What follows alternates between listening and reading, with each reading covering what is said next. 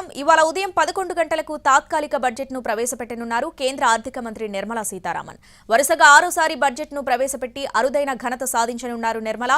ఉదయం 9 గంటలకు కేంద్ర ఆర్థిక శాఖ కార్యాలయానికి చేరుకొని అక్కడి నుంచి అధికారులతో కలిసి రాష్ట్రపతి భవన్ కు వెళ్లనున్నారు. ఆ తర్వాత 9:30 గంటలకు రాష్ట్రపతిని కలిసి బడ్జెట్ సమర్పణకు అనుమతి తీసుకోనున్నారు. ఉదయం 10 గంటలకు పార్లమెంటుకు చేరుకోనున్నారు. బడ్జెట్ సమర్పణకు ముందు ఉదయం 10:30 గంటలకు పార్లమెంటు ఆవరణలో కేంద్ర కేబినెట్ భేటీ కానుంది. మధ్యంతర బడ్జెట్ కు ఆమోదం తెలపనుంది. ఉదయం 11 గంటల నుంచి లోక్సభలో budget ప్రవేశపెట్టనున్నారు Nirmala Sitharaman.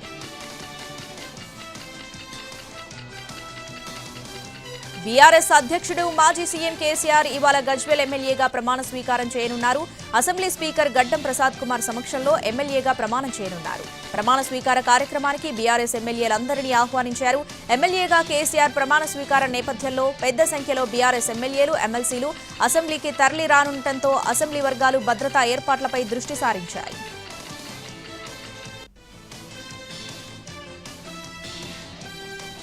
AP cabinet కీలక నిర్ణయం తీసుకుంది. 6,100 పోస్టుల భర్తీకి గ్రీన్ సిగ్నల్ ఇచ్చింది. వచ్చే వారంలో మెగా డీఎస్సీ నోటిఫికేషన్ ఇస్తామని అన్నారు మంత్రి చెల్లుబోయిన వేణు. ఇప్పటి వరకు 2,20,000 ప్రభుత్వ ఉద్యోగాలు ఇచ్చామని, విద్యా విధానంలో ఐబీ సిలబస్ ప్రవేశపెడుతున్నామన్నారు. వైఎస్ఆర్ చేయూత 4వ విడతకు కేబినెట్ ఆమోదం తెలిపింది. ఎస్సీ, ఎస్టీ, బీసీ, మైనారిటీ మహిళలకు 5,000 కోట్ల నిధుల విడుదలకు ఆమోద ముద్ర వేసింది.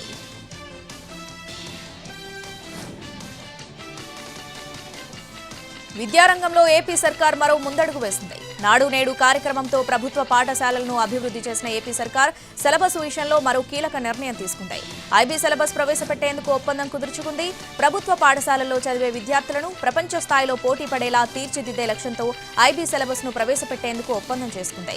2025 విద్యా సంవత్సరం నుంచి ఏపీలోని ప్రభుత్వ స్కూళ్లలో ఐబీ సిలబస్ లో విద్యాబోధన చేయనున్నారు. వచ్చే ఏడాది 1వ తరగతి నుంచి ఐబీ సిలబస్ ప్రవేశపెట్టి 2035 నాటికి 10వ తరగతి వరకు తీసుకురానున్నారు. 2037 నాటికి ప్రభుత్వ ఇంటర్ కాలేజ్ విద్యార్థులకు కూడా ఐబీ రాష్ట్ర బోర్డుల జాయింట్ సర్టిఫికేషన్ ఇచ్చేలా సన్నాహకాలు చేస్తుంది ఏపీ ప్రభుత్వం. సుదీర్ఘ కసరత్తు తర్వాత 5వ జాబితా విడుదల చేసింది వైసీపీ. 7 పేర్లతో 5వ లిస్టు రిలీజ్ చేసింది. కాకినాడ ఎంపీ అభ్యర్థిగా చలమల శెట్టి సునీల్, మచిలీపట్నం ఎంపీ అభ్యర్థిగా సింహాద్రి రమేష్ బాబు, నరసరావుపేట ఎంపీ అభ్యర్థిగా అనిల్ కుమార్ యాదవ్, తిరుపతి ఎంపీ అభ్యర్థిగా గురుమూర్తి పేర్లను ఖరారు చేసింది వైసీపీ హైకమాండ్. 3 అసెంబ్లీ స్థానాలకు పేర్లు ఖరారు చేసింది. సత్యవేడి ఎమ్మెల్యేగా నూకతోటి రాజేష్, అరకు ఎమ్మెల్యేగా రేగం మత్స్యలింగం పేర్లు ప్రకటించింది. అవనిగడ్డ ఎమ్మెల్యేగా డాక్టర్ సింహాద్రి చంద్రశేఖరరావును ఖరారు చేసింది. విజయసాయిరెడ్డికి అదనంగా గుంటూరు పార్లమెంటు బాధ్యతలు అప్పగించారు. ఒంగోలు పార్లమెంటు నియోజకవర్గ రీజనల్ కోఆర్డినేటర్ బాధ్యతలు చెవిరెడ్డికి అప్పగించారు. ఒంగోలు వైసీపీ సంక్షోభానికి శుభం కార్డు పడింది. ఒంగోలు వైసీపీ ఎంపీ అభ్యర్థిగా మాగుంట శ్రీనివాసరెడ్డినే పెట్టాలంటూ పట్టుబడుతూ వస్తున్న మాజీ మంత్రి బాలినేని మెట్టుదిగారు. నేరుగా హైకమాండ్ బుజ్జగింపులతో ఓ అడుగు వెనక్కేసి ఎంపీ అభ్యర్థిగా పార్టీ అధిష్టానం ఎవరిని సూచించినా తనకు అభ్యంతరం లేదని స్పష్టం చేశారు బాలినేని. దీంతో గత కొద్ది కాలంగా వైసీపీ ఎంపీ అభ్యర్థి విషయంలో నెలకొన్న అయోమయానికి చెక్ పడింది. ఒంగోలు వైసీపీ ఎంపీ అభ్యర్థిగా చంద్రగిరి ఎమ్మెల్యే చెవిరెడ్డి భాస్కర్ రెడ్డిని వైసీపీ అధిష్టానం దాదాపు ఖరారు చేయడంతో పాటు ప్రకాశం, నెల్లూరు జిల్లాల పార్టీ బాధ్యతలను కూడా అప్పగించేందుకు అధిష్టానం సిద్ధమైంది.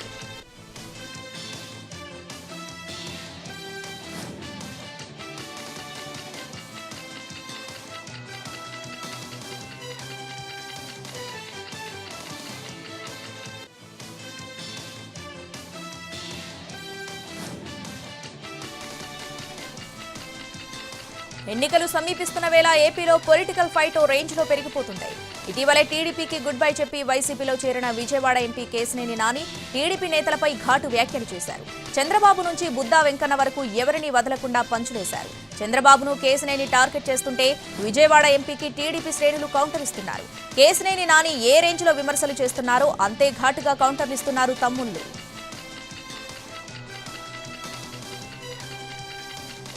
తాను తలుపులు తెరిస్తే వైసీపీ ఖాళీ అవుతుందంటూ చంద్రబాబు చేసిన వ్యాఖ్యలకు కౌంటర్ ఇచ్చారు కొడాలి నాని. చంద్రబాబుకు మతి భ్రమించి మా పార్టీలో జరుగుతున్న సీట్ల వ్యవహారంపై మాట్లాడుతున్నారని మండిపడ్డారు.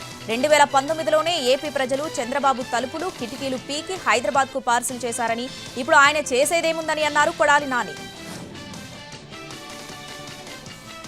ఎన్నికల మేనిఫెస్టోలో చెప్పినట్టు త్వరలో రాష్ట్రంలో బీసీ కుల జనగణన చేపడుతున్నామని చెప్పారు మంత్రి పొన్నం ప్రభాకర్. అసెంబ్లీ సమావేశాల్లో బిల్లు ప్రవేశపెట్టబోతున్నామని చెప్పారు. రిటైర్ జడ్జి ఉద్యోగులు, బీసీ సంఘాల నేతల సలహాలు తీసుకుంటామన్నారు పొన్నం. బీఆర్ఎస్ నేత కేటీఆర్, కాంగ్రెస్ నేత మాణిక్యం ఠాగూర్ మధ్య ట్వీట్ వార్ నడుస్తుంది. కేటీఆర్ కు పరువు నష్టం దావా నోటీసులు పంపారు మాణిక్యం ఠాగూర్. 7 రోజుల్లో సమాధానం ఇవ్వకుంటే కోర్టుకు వెళ్తామని నోటీసుల్లో పేర్కొన్నారు. నోటికొచ్చినట్లు మాట్లాడితే ఊరుకునేది లేదన్నారు మాణిక్యం ఠాగూర్. పీసీసీ చీఫ్ గా రేవంత్ రెడ్డి ఎంపిక విషయంలో మాణిక్యం ఠాగూర్ పై బీఆర్ఎస్ నేతలు అవినీతి ఆరోపణలు చేశారు. మాణిక్యం గందరగోళ స్థితిలో ఉన్నారని కేటీఆర్ కౌంటర్ ఇచ్చారు. 50 కోట్లు లంచం ఇచ్చి రేవంత్ రెడ్డి పీసీసీ పదవి కొన్నారని ఎంపీ వెంకట్రెడ్డి చెప్పారని ట్వీట్లో పేర్కొన్నారు. తాను అదే మాటలు మాట్లాడానని తెలిపారు. పరువు నష్టం నోటీసును తెలంగాణ సచివాలయంలో కూర్చున్న మంత్రి కోమటిరెడ్డి వెంకట్రెడ్డి చిరునామాకు పంపాలని కేటీఆర్ సూచించారు.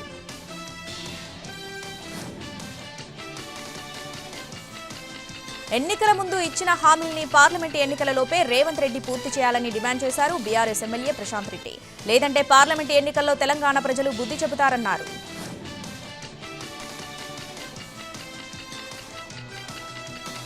కాంగ్రెస్ ను విమర్శించే విషయంలో తొందరపడటం లేదన్నారు బీఆర్ఎస్ నేత ఎమ్మెల్సీ కర్నె ప్రభాకర్. ఇచ్చిన హామీలను మాత్రమే అమలు చేయాలని కోరుతున్నామన్నారు. మోసపూరితంగా గెలిచిన కాంగ్రెస్ హామీల అమలుపై దృష్టి పెట్టకుండా తమ పార్టీ అధ్యక్షుడు కేసీఆర్ పై, కేటీఆర్, హరీష్ పై విమర్శలు చేస్తుందని మండిపడ్డారు.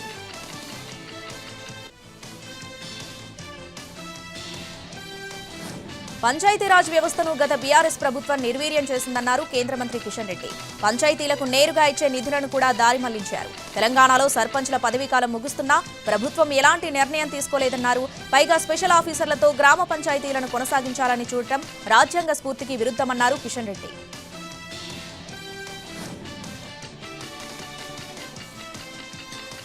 అవార్డులను రాజకీయాలతో ముడిపెట్టొద్దన్నారు కేంద్ర మంత్రి కిషన్ రెడ్డి. బీజేపీ ప్రభుత్వం ఎందరికో పద్మ అవార్డులు ఇచ్చిందని, వాళ్లను పార్టీలో చేరమని తాము కోరలేదని చెప్పారు. ఎవరైనా పార్టీలో చేరతామంటే మాత్రం వద్దనని చెప్పారు కిషన్ రెడ్డి.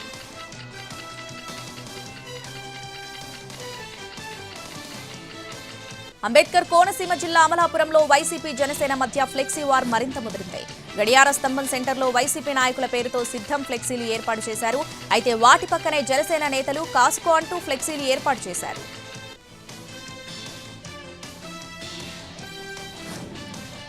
హైదరాబాద్ నాంపల్లి పోలీస్ స్టేషన్లో అర్ధరాత్రి వరకు ఉద్రిక్తత నెలకొంది. అరెస్ట్ అయిన కాంట్రాక్టు స్టాఫ్ నర్సులు ఆందోళన కొనసాగించారు. స్టాఫ్ నర్సుల తరహాలో తమకు నియామక పత్రాలు ఇవ్వాలని డిమాండ్ చేశారు. ఎల్బీ స్టేడియంలో సీఎం దృష్టికి తమ సమస్యను తీసుకెళ్లేందుకు యత్నిస్తే పోలీసులు అన్యాయంగా అరెస్ట్ చేశారని కాంట్రాక్ట్ నర్సులు ఆవేదన వ్యక్తం చేశారు. రాత్రి వరకు మహిళలను పోలీస్ స్టేషన్లో ఎలా ఉంచుకుంటారని ప్రశ్నించారు. హెచ్ఎండీఏ మాజీ డైరెక్టర్ శివబాలకృష్ణను 7 గంటలకు పైగా ప్రశ్నించారు ఏసీబీ అధికారులు. 45 ప్రశ్నలు సంధిస్తున్నట్టు సమాచారం. 50 ప్రాపర్టీస్ డాక్యుమెంట్లపై విచారణ జరుపుతున్నారు.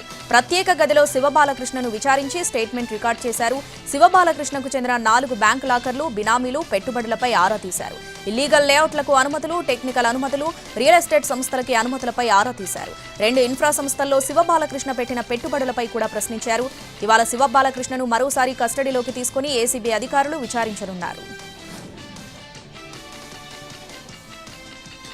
తెలంగాణలో వాహనాల పెండింగ్ చలాన్లు చెల్లింపు గడువును ఫిబ్రవరి 15 వరకు ప్రభుత్వం పొడిగించింది.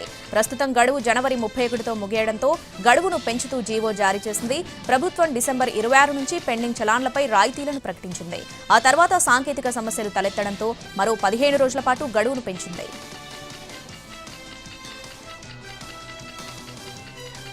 ఖమ్మం జిల్లా పెనుబల్లి మండలం కర్రాలపాడు సర్పంచ్ మల్లయ్య, పంచాయతీ కార్యదర్శి ఇందిరను కలెక్టర్ సస్పెండ్ చేశారు.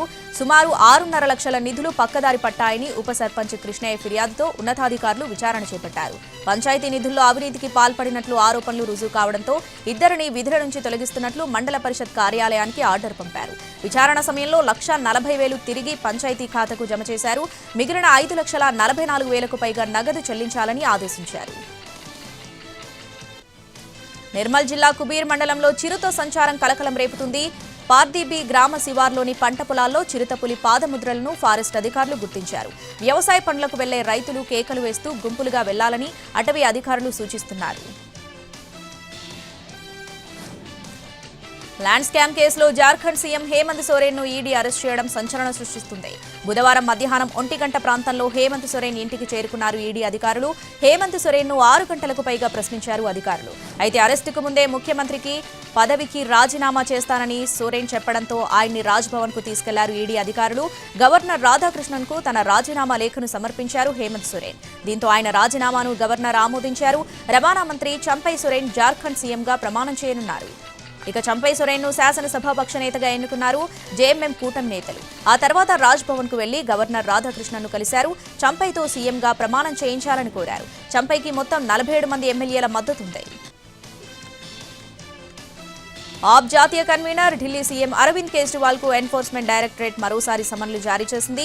మద్యం కుంభకోణానికి సంబంధించిన మనీ లాండరింగ్ కేసులో ఫిబ్రవరి 2న విచారణకు హాజరు కావాలని సూచించింది. ఇప్పటికే 4 సార్లు సమన్లు జారీ చేసినా ఆయన హాజరు కాలేదు. తొలుత నవంబర్ 2న, ఆ తర్వాత డిసెంబర్ 21, జనవరి 3, జనవరి 18న తమ ఎదుట విచారణకు హాజరు కావాలంటూ ఈడీ పలుమార్లు సమన్లు జారీ చేసింది.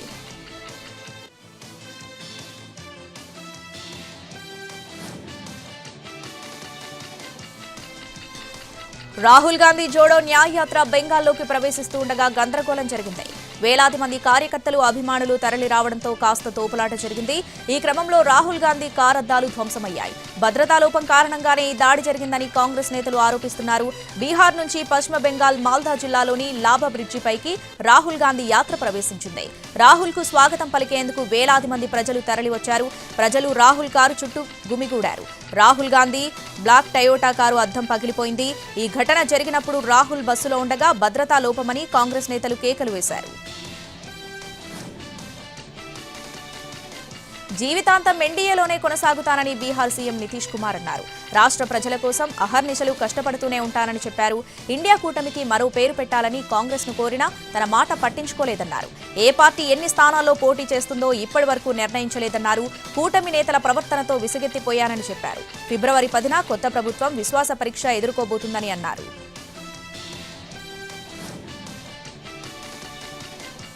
వచ్చే లోక్సభ ఎన్నికల్లో బీజేపీని బలోపేతం చేసేందుకే సీపీఎంతో కలిసి కాంగ్రెస్ పనిచేస్తుందని మమతా బెనర్జీ ఆరోపించారు.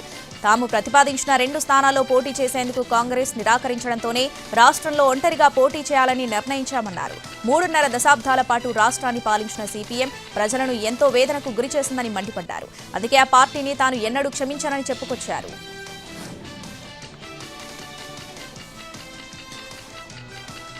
లోక్సభ ఎన్నికల సమయం దగ్గర పడుతున్నా ఇండియా కూటమిలో సీట్ల సర్దుబాటు ప్రక్రియపై ఎలాంటి నిర్ణయం తీసుకోలేదన్నారు జైరాం రమేష్. ఇలాంటి పరిస్థితుల్లో కూటమిలోని పార్టీలన్నీ ఒకే గొంతుగా వినిపించాలన్నారు. ఏకపక్ష నిర్ణయాలు తీసుకోకూడదని హితబోధ చేశారు. ప్రస్తుతం ఇండియా కూటమిలో 3 పార్టీలున్నాయని, వాళ్ళు ఒంటరిగా పోటీ చేయాలనుకుంటే దానిపై ప్రకటన చేయాలని చెప్పారు. జ్ఞానవాపి కేసు సంచలన మలుపు తిరిగింది. మసీదులో పూజలు చేసుకునేందుకు హిందువులకు అనుమతి లభించింది. వివాదాస్పద జ్ఞానవాపి మసీదు కేసులో వారణాసి జిల్లా కోర్టు ఈ మేరకు కీలక ఆదేశాలిచ్చింది. జ్ఞానవాపి ప్రాంగణంలో పూజలు చేసేందుకు హిందువులకు అనుమతి ఇచ్చింది. జ్ఞానవాపి మసీదులోని దక్షిణ సెల్లార్లో పూజలు చేసుకోవచ్చని స్పష్టం చేసింది. పూజలు చేసేందుకు ఏర్పాట్లు చేసుకోవచ్చని, పూజారిని కూడా నియమించుకోవచ్చని ఉత్తర్వుల్లో పేర్కొంది కోర్టు ఉత్తర్వులతో మరో 7 రోజుల్లో జ్ఞానవాపి మసీదులో పూజలు ప్రారంభం కానున్నాయి. అక్కడ పూజ చేసుకునే హక్కు ప్రతి ఒక్కరికి ఉంటుందని కోర్టు పేర్కొంది.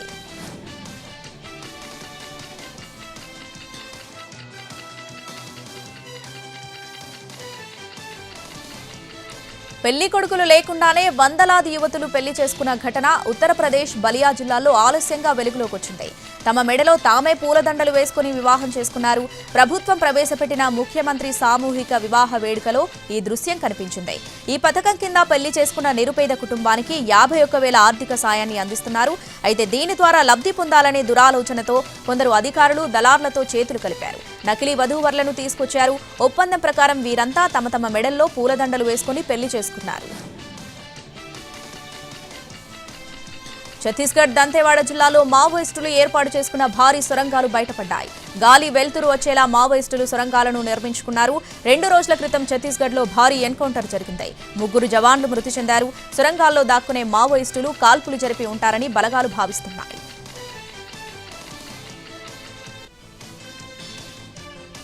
అమెరికా మాజీ అధ్యక్షుడు డొనాల్డ్ ట్రంప్ ప్రతిష్టాత్మక నోబెల్ శాంతి పురస్కారానికి నామినేట్ అయ్యారు.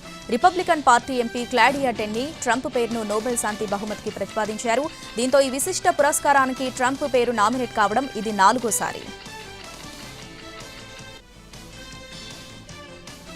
పేటీఎం పేమెంట్స్ బ్యాంక్ కి షాక్ ఇచ్చింది రిజర్వ్ బ్యాంక్ ఆఫ్ ఇండియా. ఫిబ్రవరి 29 తర్వాత డిపాజిట్లు, క్రెడిట్ లావాదేవీలను నిలిపేయాలని ఆదేశించింది. నిబంధనలు పాటించలేదన్న కారణంగా ఆంక్షలు విధించింది. ఫిబ్రవరి 29 తర్వాత కస్టమర్ ఖాతాలు, ప్రీపెయిడ్, వాలెట్, ఫాస్టాగ్ మొదలైన వాటిలో ఏవైనా డిపాజిట్లు, క్రెడిట్ లావాదేవీలు, టాపప్లు అనుమతించబడవని ఆర్బీఐ తన ఆదేశాల్లో పేర్కొంది. క్రెడిట్ అయ్యే వడ్డీ, క్యాష్ బ్యాక్లు, ఇతర రీఫండ్లకు మాత్రం మినహాయింపు ఉంటుందని తెలిపింది. ఇదే సమయంలో సేవింగ్స్ బ్యాంక్ ఖాతాలు, కరెంటు ఖాతాలు, prepaid, FASTag, national common mobility card వంటి వాటితో పాటు బ్యాంక్ ఖాతాదారులు తమ బ్యాలెన్స్ విత్డ్రా చేసుకునేందుకు పరిమితులు ఉండవని చెప్పారు. అయితే అది ప్రస్తుతం ఉన్న బ్యాలెన్స్ వరకే అనుమతి ఉంటుందని ఆర్బీఐ తన ఉత్తర్వుల్లో తెలిపింది.